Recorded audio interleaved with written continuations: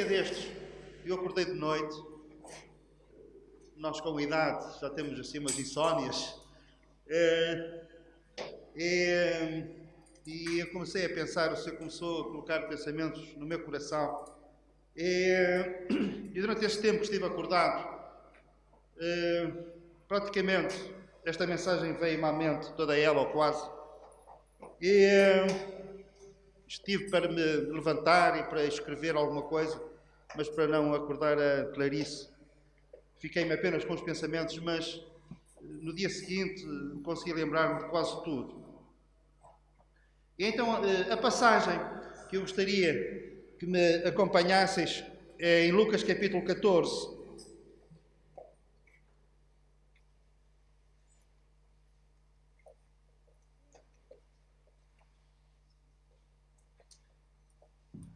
E os versículos 28, 29 e 30. Lucas capítulo 14, 28 a 30.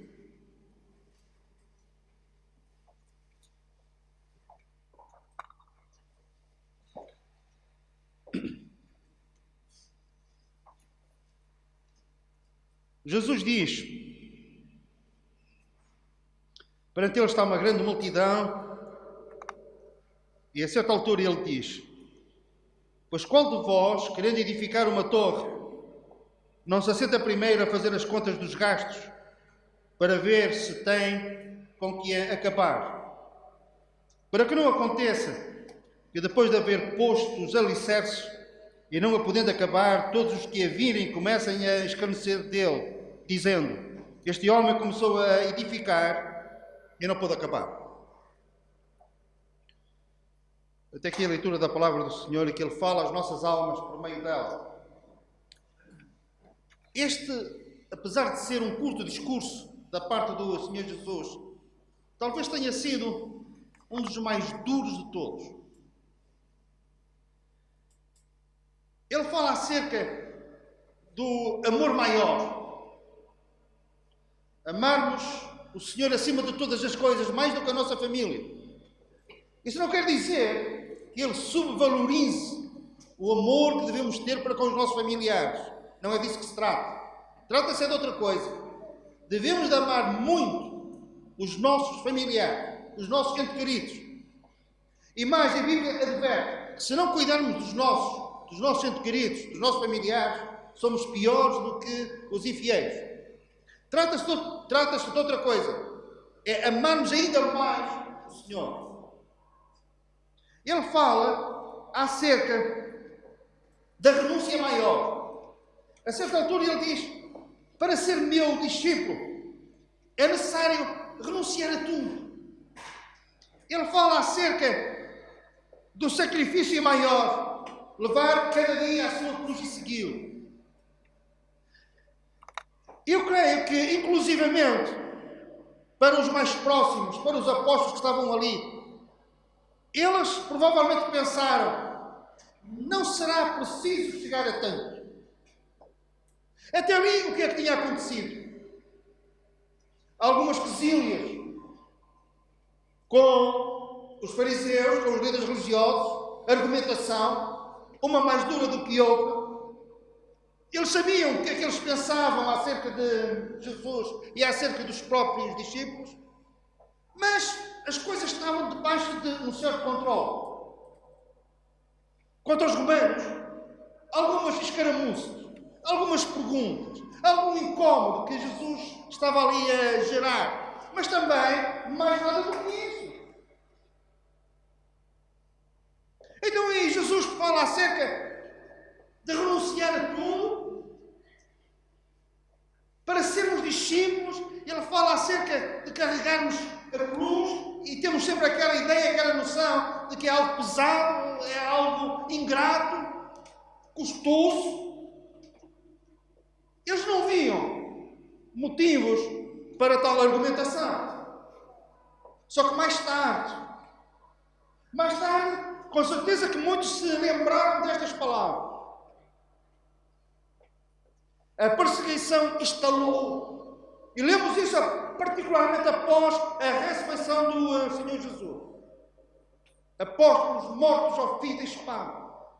Lemos em Atos capítulo 8 que grande perseguição se levantou contra a igreja. Ainda por cima essa perseguição era feita em nome de Deus. As pessoas que perseguiam pensavam que estavam a fazer uma grande obra para Deus. Mais tarde, o apóstolo Paulo, nós cremos que foi este apóstolo que escreveu a epístola aos Hebreus, e a certa altura ele escreve assim: lembrai-vos, porém, dos dias passados, em que depois de seres iluminados, suportastes grande combate de aflições. Reparem, depois de teres sido iluminados, depois de teres conhecido a palavra de Deus, depois de teres conhecido a luz do mundo, fez luz nas vossas almas, nos vossos corações, nas vossas vidas. E aparentemente havia um futuro risonho à frente de Deus. Vitórias, conquistas, ganhar terreno ao inimigo, a vida melhor, quem sabe, os sonhos concretizados. E em vez disso, suportastes grande combate de aflições. E ele vai mais longe. Em parte fostes feitos espetáculo com vergonhas e tribulações, e em parte fostes participantes com os que assim foram tratados. Porque também vos compadecestes dos que estavam nas prisões. E agora reparem, eles visitavam os presos, correndo risco, mas não davam consolação aos que estavam presos. E quando nós fazemos algum bem, naturalmente, nós pensamos receber em troca algum bem. É um princípio que está inculcado em nós. Se nós fazemos mal e se nós recebemos mal em troca, nós não ficamos surpreendidos. Mas quando nós fazemos bem e recebemos mal, temos que ter uma capacidade maior para absorvermos esse impacto. Pois bem, eles visitaram os presos com compaixão e depois a seguir permitiram a expoliação dos bens. Em troca desse ato de compaixão para com os outros, e eles ficaram sem nada. Renunciar a tudo quanto temos. Pode ser necessário isso, pode-se levantar uma perseguição. Para nós isso é estranho. Mas muitos irmãos do mundo, neste dia, estão a experimentar isso. E o que é impressionante é que eles permitiram. Dá-nos a ideia de que não ofereceram resistência quando os perseguidores entraram nas suas casas e levaram tudo. E a Bíblia diz: e foi com alegria que vós permitistes a expoliação dos vossos bens. Porquê? Porque vós mesmos tendes nos céus uma possessão melhor e permanente. Vós estáis a perder isso, mas no fundo do vosso coração vós sabeis que há uma herança nos céus guardada para vós, onde o ladrão não entra, onde a traça não pode corroer. E era esta esperança, era esta certeza que os mantinha de pé no meio das tribulações e das aflições terríveis que estavam passando.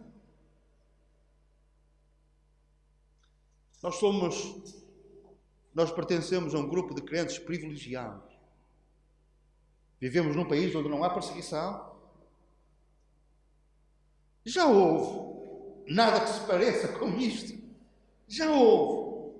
Mas somos respeitados. Pode haver uma ou outra crítica, um ou outro lugar de lado, mas não passa disso.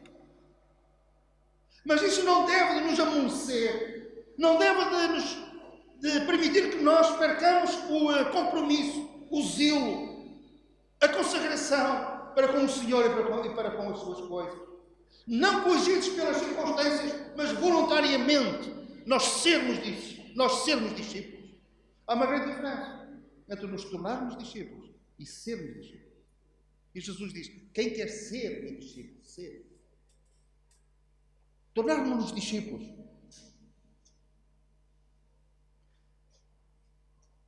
difícil por um lado, mas é relativamente fácil por outro. Vamos pegar no lado fácil.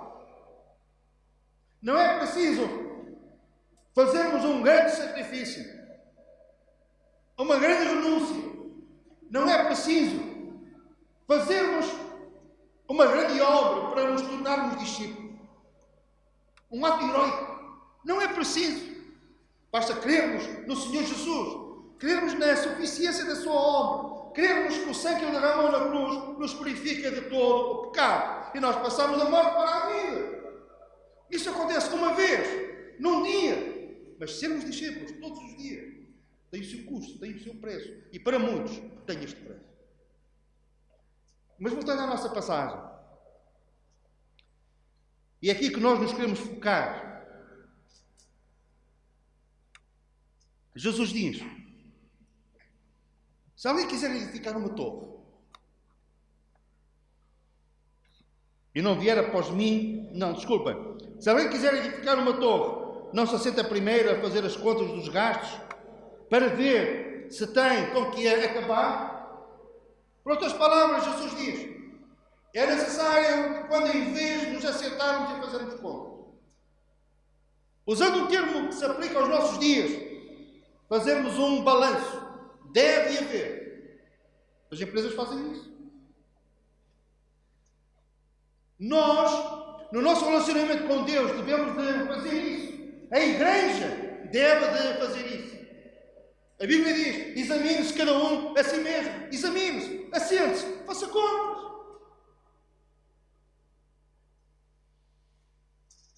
E o primeiro balanço que eu queria vos convidar a nós fazermos juntos,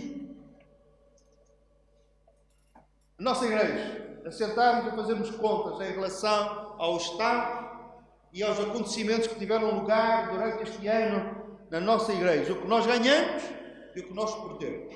Porque também perdemos coisas. Em relação a esta pandemia, nós fomos forçados a perder coisas. E coisas que nós tínhamos calendarizado, que nós tínhamos previsto fazer e que não fizemos. Olhem, algumas coisas. O retiro, que estava-se a tornar uma prática que nos era muito querida e muito apetecível, não podemos fazer. O piquenique também não. As reuniões de senhoras no primeiro sábado de cada mês fizeram-se algumas. A maior parte não se fizeram. Festa de Natal. Mas houve coisas que nós fizemos. Batismo, fizemos. E fizemos também outra coisa. Nós, pela graça de Deus, passamos por esta tempestade sem nos afundarmos como igreja. Amém? Não nos afundamos como igreja. Há 2 dias ou 3 encontrei uma crente, quando fui buscar a minha mãe ao lar, e já a conheço há muitos anos, e perguntei: então como estão as coisas? E a igreja? Ela disse: a igreja. Poucas pessoas deixaram de ir, a pandemia. A gente entende, mas nós, pela graça de Deus, conseguimos nos manter à superfície sem nos submergirmos, sem afundarmos como igreja. Algumas igrejas, depois de março, nunca mais abriram porta. Nós, pela graça de Deus, estamos aqui. Amém?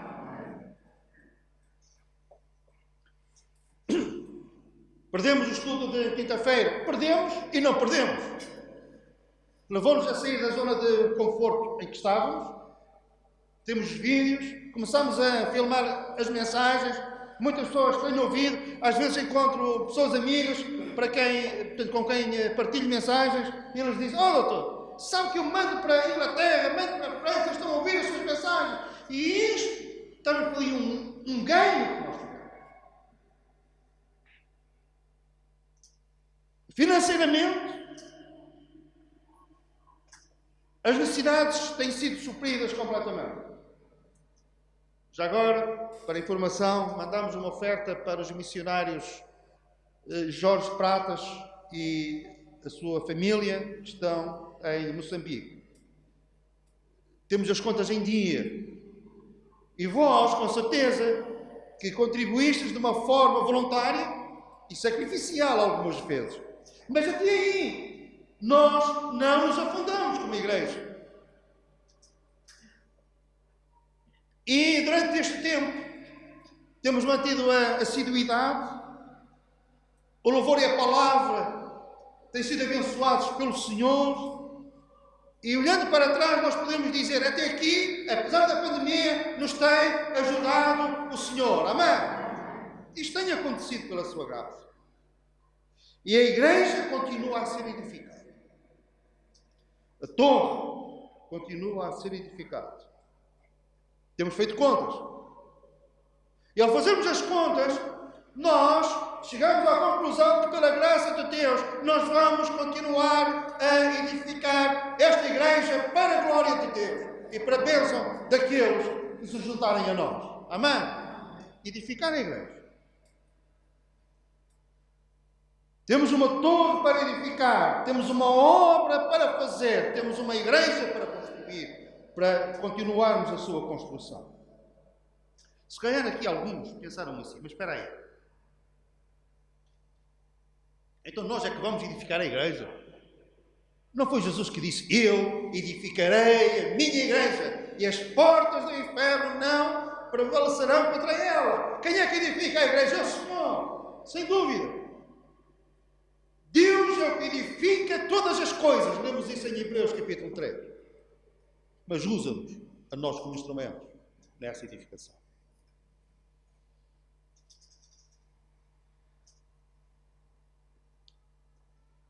Já me ouviste dizer com certeza que a igreja é o sonho mais precioso e querido de Deus.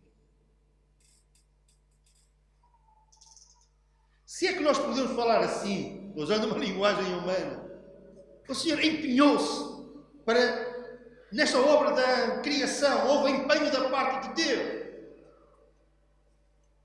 Houve empenho em relação ao seu povo terreno, cuidando, suprindo necessidades, abençoando, corrigindo, disciplinando. Houve empenho da parte de Deus para que as profecias se cumprissem. E vai haver empenho para que aquelas que faltam cumprir ainda se cumpram integralmente. O empenho de Deus. Mas usando uma linguagem humana, Deus primou no seu empenho em relação à igreja. A igreja é a maior ambição de Deus, é o maior sonho. Era algo que ele já tinha em mente antes da fundação do mundo. Em relação ao seu povo terreno, o povo judeu, nós lemos, vinde, benditos de meu Pai, possuir por herança o reino que vos está proposto desde a fundação do mundo. Desde a fundação. Em relação à igreja, Jesus era o Cordeiro morto antes da fundação do mundo. Para a igreja, antes da fundação do mundo. Para as outras coisas, depois ou na altura da fundação do mundo. Nós tivemos no pensamento de Deus primeiro. E é para este grande projeto de Deus, o maior, o mais querido, que Ele nos convoca a participarmos na edificação desta torre.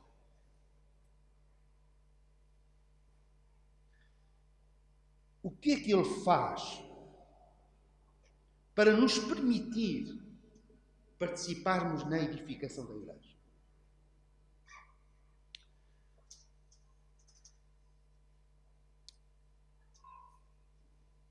O oposto de edificador é derrubador, aquele que derruba. Mais aclarisse do que eu. Mas aclarisse com uma espécie de leve em relação aos nossos netos. Ele às vezes fazia coisas tão lindas. Eram pontos, eram casas. Parecia que até podia ir morar naquela casa. Depois daquilo tudo pronto, o que é que o neto fazia? Eu era mais simples. Um lado em cima do outro e fazer-se uma coisa alta, equilíbrio, sem grande imaginação, mas manter aquilo direito.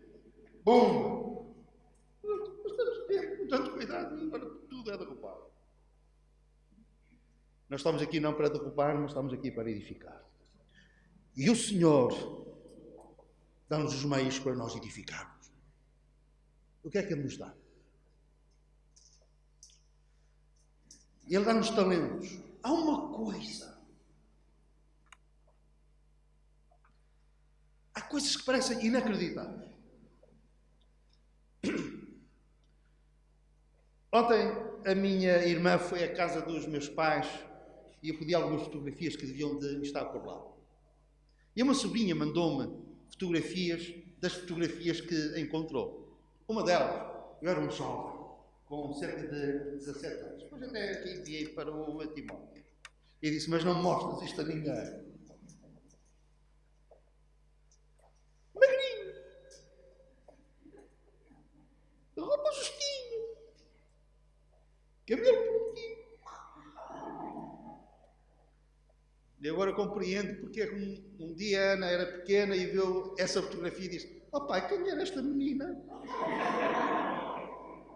E eu que sou a ver essas coisas. Pai. Pai? Pai. Pois é. Olhando para aquela fotografia, ninguém imaginaria sequer que hoje eu estaria aqui a falar assim. Mas no plano de Deus, antes da fundação do mundo, Ele previu e preparou todas estas coisas. E quando nós estávamos ainda no ventre da nossa mãe, como diz o salmista, tu já vias o meu corpo em forma de plasma e tu ias acrescentando coisas com que finalidade? Para que o propósito que Ele tinha para a minha vida e para a vossa vida, os meios que Ele necessitava para nós contribuirmos para a edificação da sua igreja, foram lá colocados. Compreende? Olha só aquela fotografia de mim. E o Senhor olha e diz, pois, mas vai ser um edificador. O Senhor olha para cada um de vós e diz, tu tens capacidade dada por mim para seres um edificador da igreja. Amém? E diz, pois, o Senhor a uns deu 5, e espera que deu 5 façam 10. A outro deu 2 talentos, e espera que dos 2 faça 4. A uns deu 1, mas espera que não peguem nesse 1 e o enterrem, e não façam nada, e não edifiquem nada. Do 1 podemos fazer 2. Amém? A questão é haver da nossa parte a disponibilidade para edificar. Movidos por 3 coisas. Gratidão. É a gratidão que nós devemos ter para com o Senhor. Amor que devemos ter para com Ele. Disponibilidade. Fazer as coisas de bom ânimo. Já viram o que é? Eu estar em casa, bem, tenho que preparar uma mensagem. Assim, tenho que preparar uma mensagem. Porque o Senhor só vai solto amanhã, domingo. Nossa, tem que ser, olha, que coisa que faz. Podia agora fazer outra coisa. Ensaiar o louvor. Tem que ser. Não. A palavra de Deus diz-nos que devemos fazer as coisas de bom ânimo, voluntariamente, com boa vontade. O apóstolo Pedro escreve aos pastores e diz, fazei a obra não por torpe ganância, não tendo domínio sobre o povo de Deus, mas de ânimo leve, ânimo pronto, disponibilidade, sabendo que é um prazer, que é um privilégio nós sermos edificadores na obra de Deus. Amém? É isto. Se nós pedíssemos aos nossos filhos para fazer isto, fazer aquilo, e vão sempre contrariados, sei que e amanhã e depois, e sei que. Não! O Senhor disse que o fardo dele não era um fardo pesado, é um fardo leve. Porquê? Porque Ele nos dá a capacidade para nós fazermos aquilo que Ele quer que seja o nosso espaço. Que seja a nossa ordem. Não sei se vocês se lembram na parábola do grão de mostarda. O Senhor diz: o reino dos céus é semelhante a um homem que semeou na sua horta, no seu campo. Outras versões dizem na sua horta. Prezados irmãos e irmãs, nós temos uma horta, nós temos um campo, o nosso campo para edificar. É o nosso espaço. Pode ser um campo maior, pode ser uma horta maior ou mais pequena, não importa. O que importa é que haja da minha parte disponibilidade e dizer: Senhor, o que queres que eu faça? Qual a área em que eu posso contribuir para a edificação da tua igreja? E vocês dizem, vocês perguntam: isso é mesmo importante assim? Um dia nós vamos comparecer perante o Senhor. Os teólogos debruçam sobre este tema.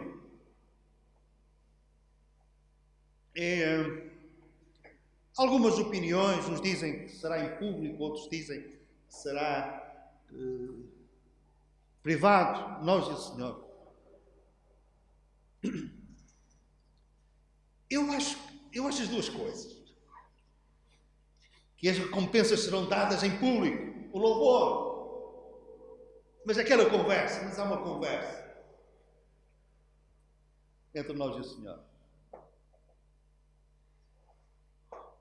Porque não vai faltar ocasião da parte do Senhor e de razões para Ele nos dizer: mas aqui podias ter edificado melhor e ali.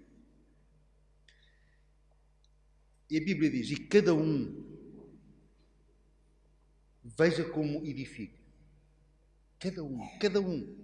E cada um receberá a recompensa. Cada um. O Senhor, entre outras coisas, Ele vai perguntar a cada um: o que é que nós fizemos para construir? O que é que nós fizemos para edificar? E o Senhor colocou-nos nesta igreja, como colocou noutras igrejas, porque Ele achou que seria aqui o lugar onde nós melhor e mais poderíamos edificar. E o Senhor diz: há um fundamento, há um alicerce. E Paulo refere a esse alicerce dizer: e nós não temos outro a não ser Jesus Cristo. Amém? E esta igreja não tem outro fundamento a não ser o Senhor Jesus Cristo. Não temos outro fundamento. E sobre este fundamento edificar. E deve de haver uma coisa: qualidade. Isto é, o que eu tenho que fazer, devo de fazer bem.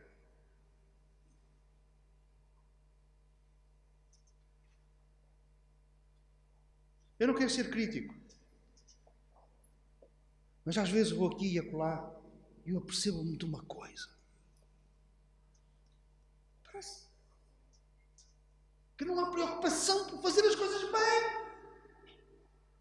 Qualquer coisa serve.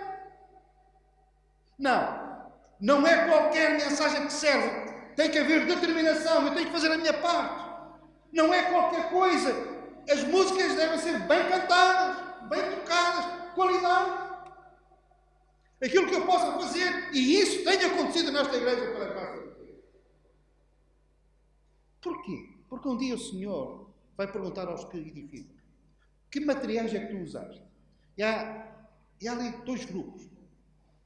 Uns usaram ouro, prata e pedras preciosas para edificar. Outros que é que usaram palha, madeira e ferro. Edificaram. Mas os materiais, qualquer coisa davam. O telhado pode ser de palha, pode ser de ferro. Não pode ser.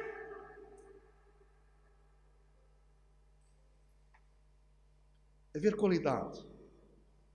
Isso não quer dizer que nós tenhamos que ser os melhores do mundo. Não é isso. Mas se o Senhor nos deu 2, nós vamos fazer 4. Deu 5, nós vamos fazer 10. Alguém deu 10, eles fazem 20. Glória a Deus! Eu não consigo chegar lá. Eu vou-vos contar uma coisa. Eu, a certa altura, quando estávamos a fazer aquele estudo no vídeo sobre os 12 apóstolos, eu apanhei um homem de Deus, da América do Sul, que também estava a fazer o mesmo estudo. Eu não sei se ele estava à minha frente ou estava atrás de mim, no número de estudos. Mas eu apanhei. E aquilo era assim. Ele sabe-os tudo. E passado 3 horas ele tinha 80.000 visualizações. E eu tinha muito medo, nada de se comparar. Sim. Eu vi o estudo dele, eu vi o meu. Bem, eu aqui também era juiz em causa própria.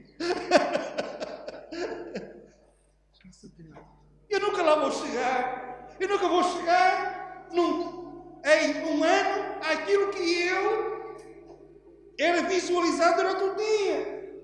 E vou ficar com inveja disso, vou ficar desanimado. Não, glória a Deus. Eu quero é cuidar da minha horta. E na minha horta, eu semear o melhor que eu saiba semear. Na paz. Compreendo. Mas fazer as coisas que eu devo de fazer, fazê-las bem. Com bom ânimo. Com alegria. É um privilégio servir o Senhor assim. Mas, pelos vistos, estive muito tempo acordado. E vamos avançar na nossa mensagem, porque o tempo também está passado. Só quero chamar a vossa atenção para um último pensamento. Que é um versículo que está em Jeremias. Capítulo 8, versículo 20.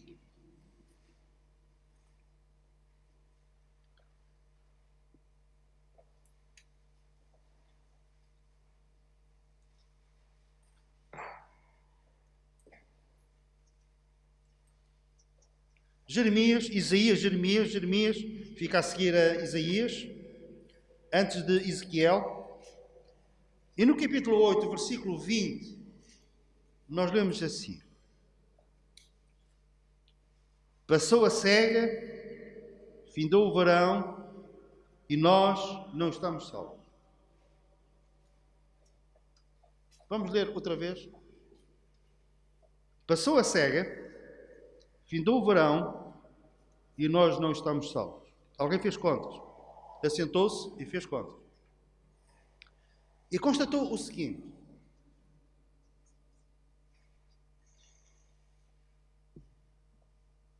passou o tempo de colher, o verão acabou e eu não estou salvo.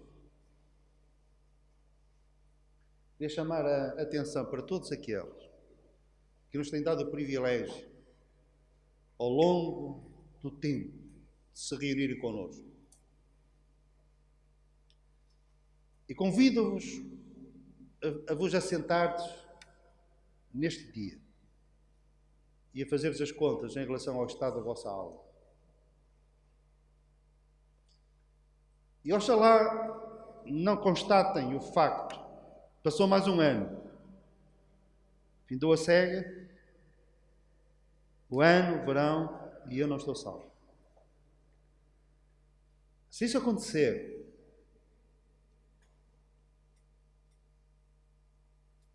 é importante por um facto: é sinal de que te assentaste e fizeste contas. Quando estava a pensar nesta mensagem, eu pensei nisto. Eu vou fazer uma proposta. E a proposta seria que até ao fim do ano, hoje é dia 27, mas não falta muito tempo, se ainda não tens a certeza de pecados perdoados, o desafio era que até ao fim do ano aceitasses o Senhor Jesus como teu Salvador. Confiasses nele, tivesses a certeza de pecados perdoados, a certeza que vem do Espírito de Deus, que testemunha com o nosso Espírito que nós somos filhos de Deus. Mas depois eu pensei: não, isso não pode ser assim. Isso não é bíblico. Sabem o que é bíblico? Hoje é o dia da salvação. Hoje. Eu não posso dizer para te sentares a fazer as contas até ao fim do ano.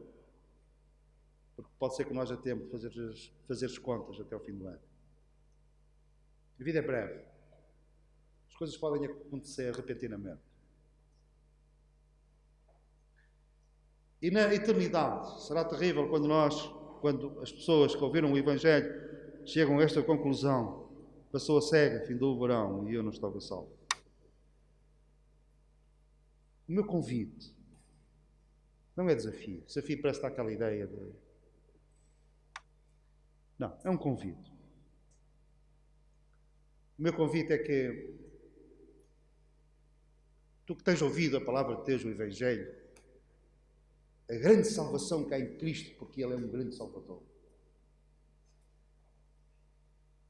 Que te sentes, faças contas e possas chegar a uma conclusão. Caso chegues a esta conclusão, Senhor, eu não tenho a certeza de pecados perdoados, eu não tenho a certeza de que se morrer hoje que vou para a Tua presença, mas quero ter essa certeza.